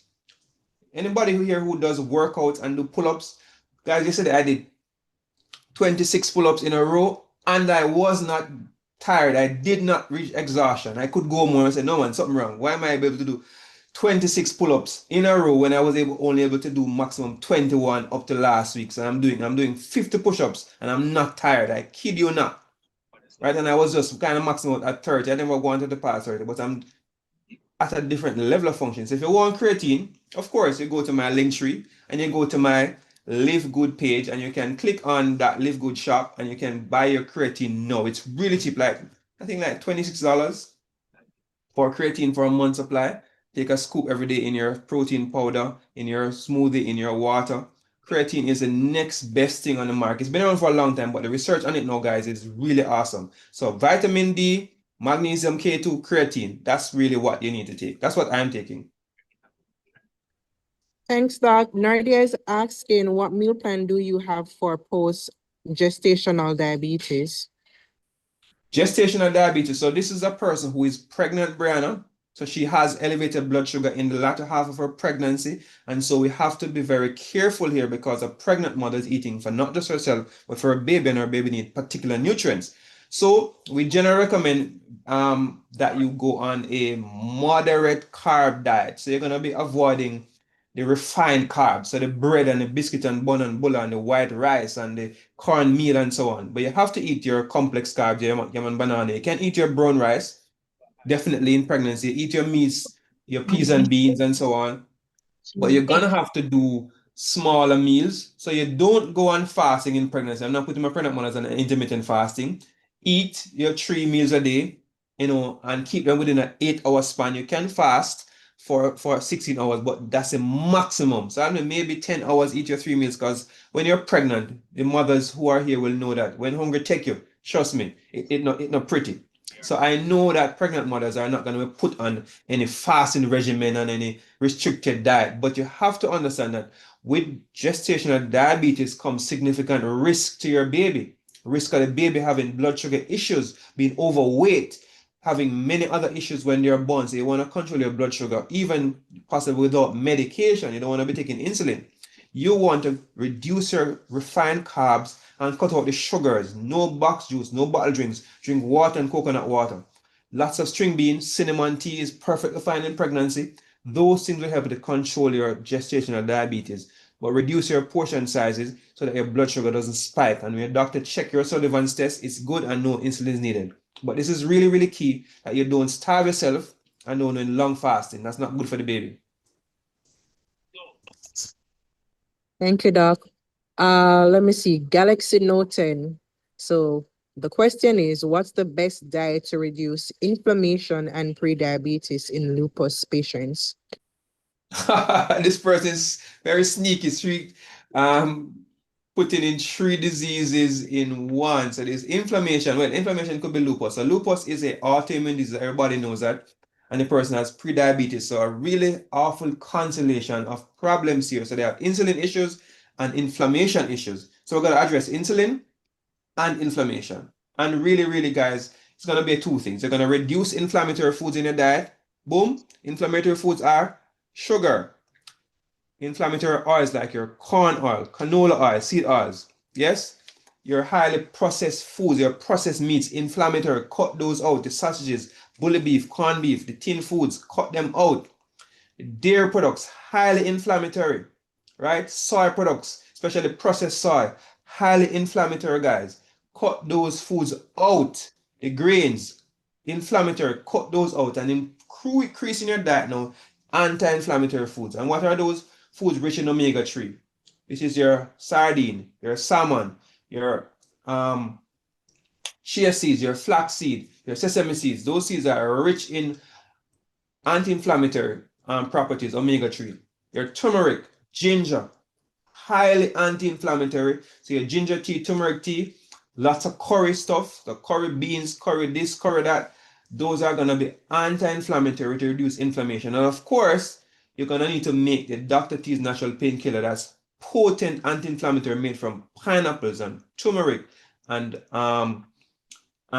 cayenne pepper and black pepper and citrus. That's going to be key to reduce inflammation. And of course, for your insulin, you're going to be doing the 14-day flat belly challenge or the 90-day body reset, which you can join right now by clicking the link in my bio to help you get your lupus under control, get the ESR down, get the pain down, get the swelling down, and reduce your risk of going on steroids, of going on significantly high chemotherapy drugs that are going to cause so many side effects. I have so many patients who've been able to avoid these drugs by staying on an anti-inflammatory diet and sticking to it long term. You can beat lupus. There are various ways of doing it, but you need guidance. So please click the link in my bio or in the link in the chat. I'm hoping the link is on YouTube. Is the link on YouTube? If it's not, somebody put that link, copy it from here and copy it, paste it into the YouTube so people can get access to the link to join our challenge to get their autoimmune conditions controlled. Awesome. Nurse Taylor Smith is asking, after many years of gut issues, my relative has finally been diagnosed with celiac disease. Can this be easily reversed? All right, celiac disease is very, very rare in Black people. In fact, I don't have no Black person with celiac disease. It's almost exclusively a white person's disease. But of course, with mixing of populations and people intermarrying, of course, you're going to have some people get the genetic problem. There's a genetic problem where you're literally sensitive to, allergic to, intolerant to what we call gluten. So gluten is a protein found in wheat. So that particular gluten causes massive inflammation of the gut lining. It causes destruction of the villi in the gut lining that makes your gut unable to absorb and digest food. So these patients are going to suffer from malnutrition, even though they're eating, chronic gut issues, pain and gas and bloating, and lots of issues. The cure for celiac disease is not possible. The way to avoid the symptoms is to avoid gluten completely. Get gluten out of your diet. You will never be gluten tolerant. Now, there are things that you can take. For example, there are now enzymes they are selling in pills that you take with a gluten-containing meal to break down the gluten so it doesn't affect it. But if you have celiac disease, your saving grace is avoiding gluten in every single morsel of food you eat. There is no medication to take, or herb to drink, or tea to drink, or detox to do to flush out celiac disease. That doesn't exist. You find out all the sources of gluten in your diet and you remove them completely. If you're not sure, then don't eat the food. Eat food in your yard. Cook your own food. So celiac disease is, I've never had a patient in Jamaica with celiac disease. So I'm not sure if this is a Caucasian person, but it has to be a gluten avoidance that you will have to implement. That's it, no other way. And there are lots of foods that doesn't naturally have gluten in it and that may be tainted. So for example, if you guys notice in Jamaica now, we have gluten-free Grace coconut milk. Like, how does that work? So you're telling me that the coconut milk we got before had gluten in it? Yes, because it contains lots of additives. That's what happened with processed foods. So coconut milk has components of flour in it. So it had gluten in it. The people who were drinking coconut milk thinking that they were drinking gluten-free. They weren't. You have to get the gluten-free coconut milk now that has no flour additives in it. It's really awful, guys. Processed foods is a problem. All right, Doc, Anne-Marie's asking, can the 90-day challenge help to reverse her diabetes? I did speak to that already, Anne-Marie. So the most common outcome that we see are persons reducing their blood sugar while remaining on a lower dose of medication. There are persons who would have reduced their insulin, need to take insulin, taking insulin like 2 times, 3 times a week, maybe rather than taking it every single day. There are persons who have reversed their diabetes, but it's when they catch it early, when they are pre-diabetic or diabetic, being on one medication. And if they change their diet drastically, then they can get rid of their medication. Bearing in mind, if you go back to eating what you're eating before, your diabetes will come back. So is that a cure? Maybe not. Maybe it's just a control with the right diet, but you certainly can reduce your need for medication if you catch it early. If you're far gone, your sugar is well set, your pancreas is way down, then that's going to be more of a control and reducing medication. All right. What food should I avoid if I have acid reflux? This is a question coming from Extra Lessons Boss. Acid reflux is going to be worsened by eating too much.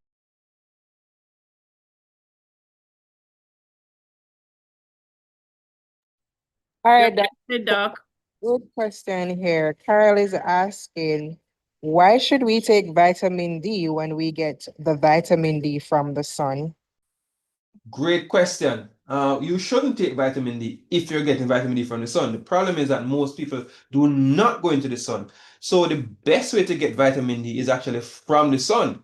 But people like myself who work in an office, get to work early and leave late, we don't often get enough sunlight.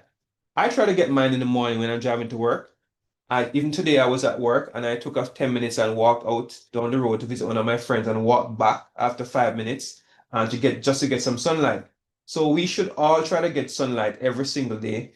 There are persons who are living in northern countries who have half of the year or quarter of the year when they don't see no sun at all. Then those persons have to take vitamin D, right? So for different reasons, person might not get enough sun.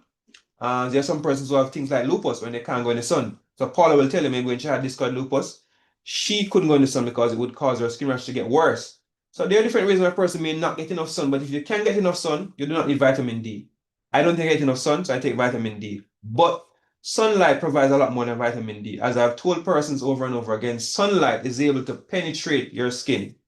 Not the light part, not the part that you see, but the infrared rays of the sun penetrate your skin up to 8 centimeters deep and can displace nitric oxide from your mitochondria and allow it to take in oxygen to boost the effect of the electron transport chain and the breaking down of sugar to produce energy. So sunlight directly boosts energy production in your body. And maybe the key to why sunlight is so great for immune system, for your longevity, for your skin health. Sunlight is a positive for your body, not a negative. Don't avoid the sun.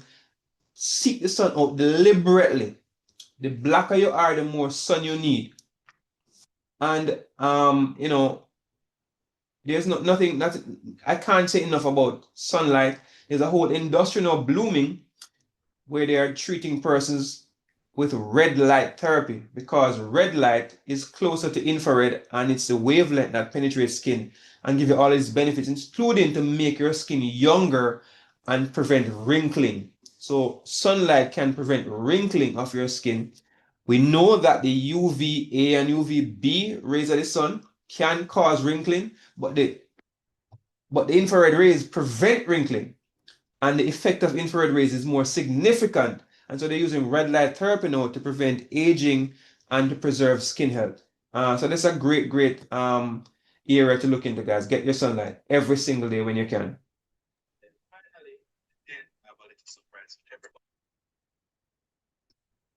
I have two from YouTube, Doc. What happened when you have tingling in the feet after eating carbs? Pre-diabetes of 5.8 and the skin is shine/thin below the knees. How can I get rid of that? That is very unlikely to be related to your pre-diabetes at all. If your A1C is 5.8, then this is really, really early pre-diabetes.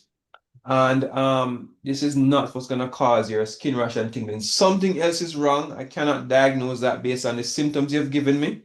It could be nerve related, it could be something else going on with the circulation, but that's going to be difficult to diagnose because that's not a pre-diabetes symptom. Unfortunately, you need to see your doctor to figure that one out. Miss Gardner, stop writing on my screen. What can you use? I think you addressed this, but what can you use to detox for bloating? And what is the best time to take magnesium? Magnesium taken best at night if you're trying to get it into your body for sleeping. If you're trying to treat muscle contracts and constipation, I guess anytime is fine. If you're trying to treat migraine, I guess getting it when the migraine is on is great. So magnesium, like guys, if you have migraine, just get a little cup with some Celtic sea salt or pink Himalayan salt to drink a good cup of water with salt and take 2 tablets of magnesium. Guys, it works like magic. The salt allows your brain to be hydrated properly because water follows salt and salt will get into your brain. The magnesium relaxes the blood vessels that releases the vasospasm of your migraine. So many migraine type are susceptible almost immediately. 2 tablets of magnesium glycinate or gluconate, cup of salt water. Awesome. Try it out if you have migraine. All right. The other part of the question was what again, Latoya? What can you use to detox for bloating? Detox for bloating. All right, so we did say already, they're gonna get rid of bad bacteria and fungi. So my detox that we do in the Flat Belly Challenge is also available on my TikTok page. So you can follow my TikTok page right now and you scroll down to the detox video. You'll see me sitting in my blue jacket, my red tie, and you watch that video and make that detox with your garlic, yes, and your turmeric and your orange juice and your aloe vera and your pineapple and use especially the seeds of the orange. That's a great detox for bloating and gas. And of course, you follow the instructions about what to eat with vegetables and what vegetables not to eat and so on. All right. There is a question here. How do I click the link? So you have to click on my name at the top of the page in TikTok. Click on the name, Dr. Orlando Thomas. You'll be taken to my homepage, and you see a link marked Linktree/Thomas Medical Center. You click that, and it takes you to another page with all the options there. You want to join the challenge? You want to go on the website? You want to click an appointment? You want to visit my shops to shop and live good or whatever you want to shop and buy vitamins? You can just click that link now, but make sure you're following the page, guys, and that makes it easier for you when you're finished here to find it back. And the page is Thomas Medical Center on TikTok.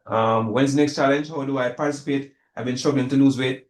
Hey, Kemsey, not to worry. Next challenge for the 14-day flat belly starts next week, Sunday. 90-day body reset, we start every single Monday. So choose the one you want. If it's weight loss, then it's certainly 14-day flat belly challenge. And you can join from now and get access. So when you go into the page to join, there's a link there to pay. Just pay, send the receipt in to the number. So there's a WhatsApp link in my link tree. It's gonna send a WhatsApp message to there, and we'll respond to you and get into the challenge. So use the WhatsApp link and use the link to join the challenge. Thank you for that, Doc. Doc, so many questions are coming in. Brianna, what do you think? Let me hear from our moderators. Sandrine, can we take some more of these questions? I'm not sure if we have enough time for all the questions, but we will be here next week, Saturday again. So we are gonna have to save some questions for next week as well. All right, Sandrine, hold on.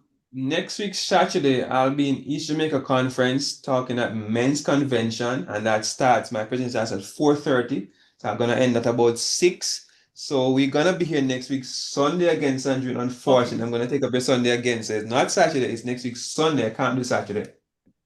So for those who are here, please join East Jamaica Conference Men's Convention. All the men who are on. So it's a Jamaican conference. We're going to be talking about all things men, and I'm going to be delivering a very motivating presentation for men to take care of their health. And next week, Saturday at 4:30 is when I take the mic. So make sure you join that link live on YouTube.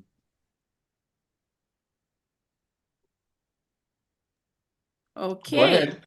Are we taking more questions or are we wrapping up? Because based All right, on Sandrine, you hear what I'm going to tell you the truth now. You see the truth now, like last few weeks ago at this time, I'd be tired. But you see, with like this creatine I'm taking now, Sandrine, me not tired.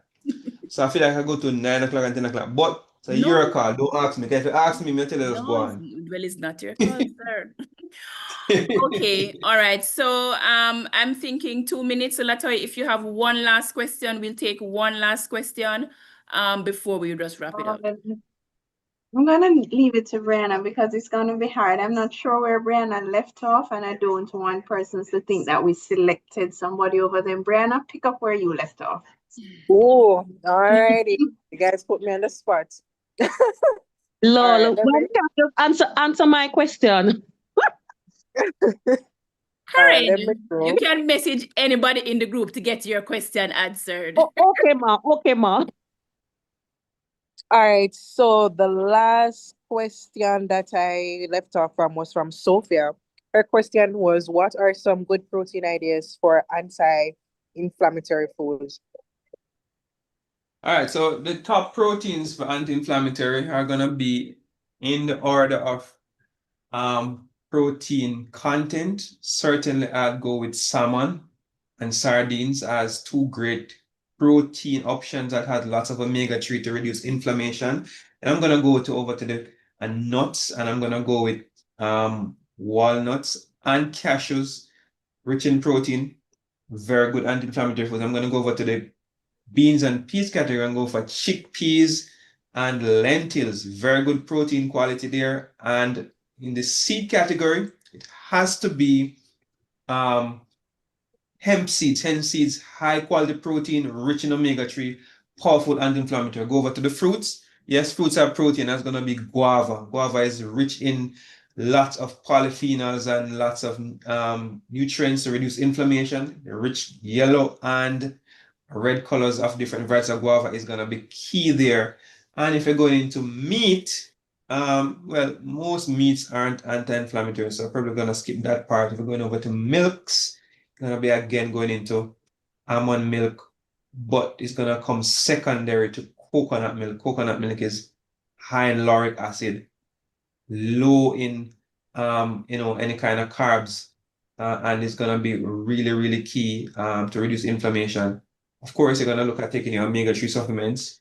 I do a hemp protein powder.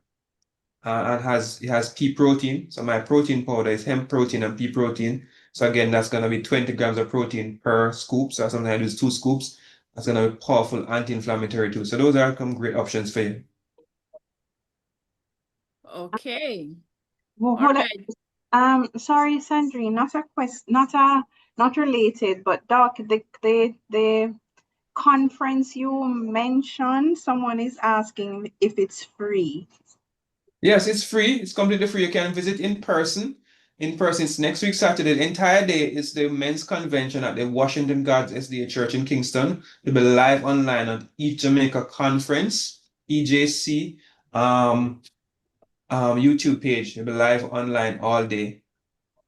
And it's free. We'll share the link, so we will share via the various platforms. Sure. Okay. Latoya, may I ask? I'm sorry, may I? Doc, I know you posted a video on YouTube yesterday for women who are trying to get pregnant, and there's a question in the chat, I'm trying to paste the link to your TikTok page, but it's not allowing me. There's a question, my daughter is trying to get pregnant. So I want to encourage that person to visit Dr. Thomas's page to get an answer to that question. Yeah, watch the video. The video is really rich with information and it gives a lot of guidance. So you could literally watch the video and go to your doctor and doctor, I want to do these tests because I want to get pregnant because your doctor may need a little bit of focus sometimes because you're so busy and so tired sometimes. So watch the video, write down tests you need to do and go to your doctor. Doc, do them tests. Want to know why we can't get pregnant.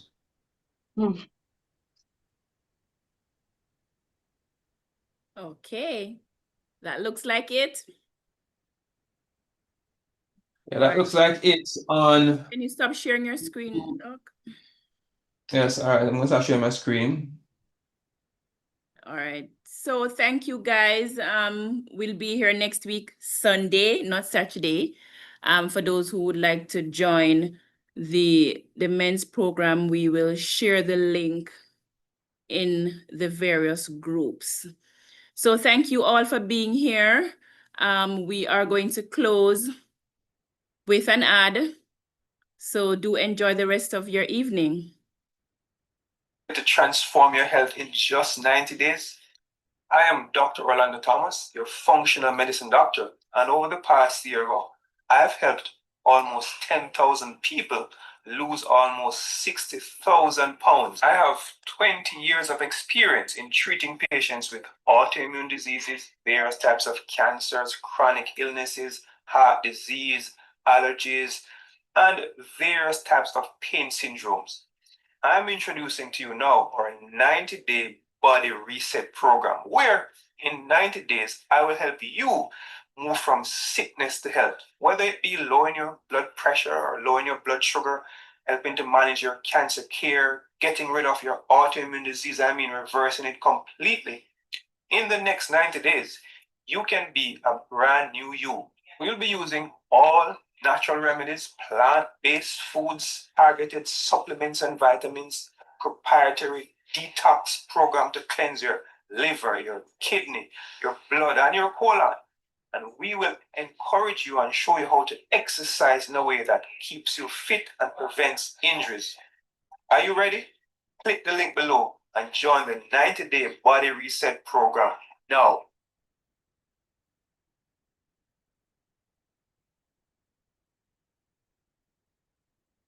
Are you ready to get your blood pressure down naturally? Hi, I am Dr. Orlando Thomas, a functional medicine doctor with 2 decades of experience in helping people just like you reverse their hypertension. Over the next 90 days on our 90-day body reset program, we'll coach you in what to eat, when to eat, what supplements to take, what herbs to use, what exercises you should be doing to get your blood pressure down and keep it down long term. No longer do you need to be frustrated and to be sick and feeling pain and fatigue. You can move from where you are now to a better level of health.